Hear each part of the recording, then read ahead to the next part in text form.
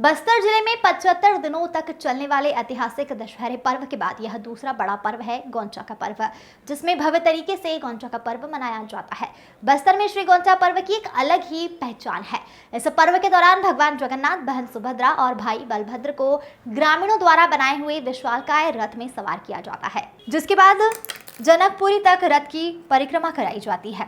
इस दौरान श्री गोंचा पर्व मनाने के लिए सैकड़ों की संख्या में भक्तों की भीड़ उमड़ती है। 3 विशालकाय रथ पर परिक्रमा के दौरान स्थानीय ग्रामीण कारीगरों के बनाए हुए बांस के पुतले से रथों को सलामी दी जाती है, जो कि पूरे भारत वर्ष में छत्तीसगढ़ के बस्तर में देखने को मिलती है। गोंचा पर्व का इतिहास है कि बस्तर राज्य परिवार के सदस्य कमलचंद भंजुदेव के मुताबिक परंपरा 600 वर्ष से अनवरत चली आ रही है। राजा पुरुषोत्तम देव रियासत काल में जगन्नाथपुरी दर्शन करने के लिए गए हुए थे। उसी दौरान उन्हें रथपति की उपाधि मिली थी।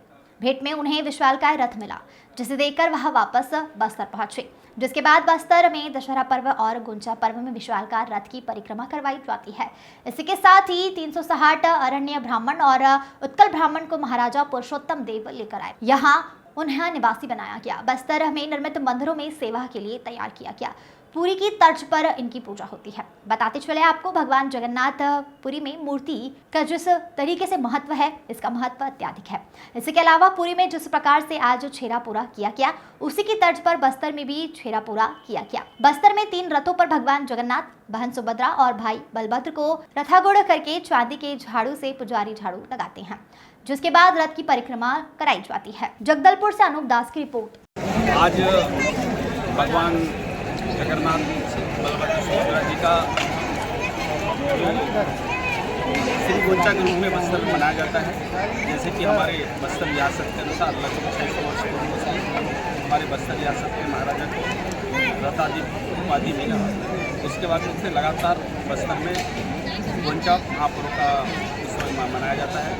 विशेष करके आरण्य ब्राह्मण समाज के द्वारा इस उत्सव को मनाया जाता है।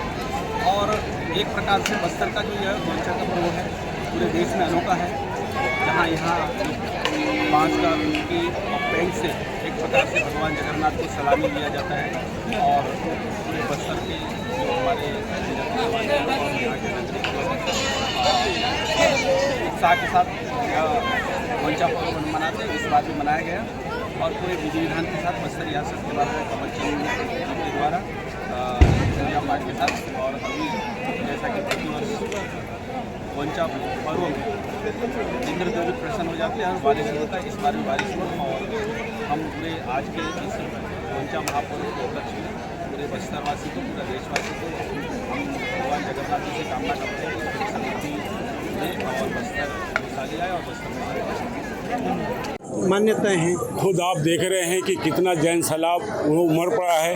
मैं समझता हूँ पुरी के बाद बस्तर का गोंचा जो है इतना भीड़ और इतना शान और इतना लोगों को उत्साह दिख रहा है यहाँ पर। और यहाँ पर ख़ास ये है कि आपको तुपकी की गूंज सुनाई देती होगी, जो छत्तीसगढ़ से लेके पूरे देश में कहीं पर भी इसका प्रचलन नहीं है। दूसरा चीज़, एक जगन्नाथ जी की कृपा ऐसी बनी हुई है, जो पेंग है वो बस्तर में ही पाया जाता है। और जो तुपकी का निर्माण है बस्तर के हमारे आदिवासी भाई लोग के द्वारा निर्माण किया।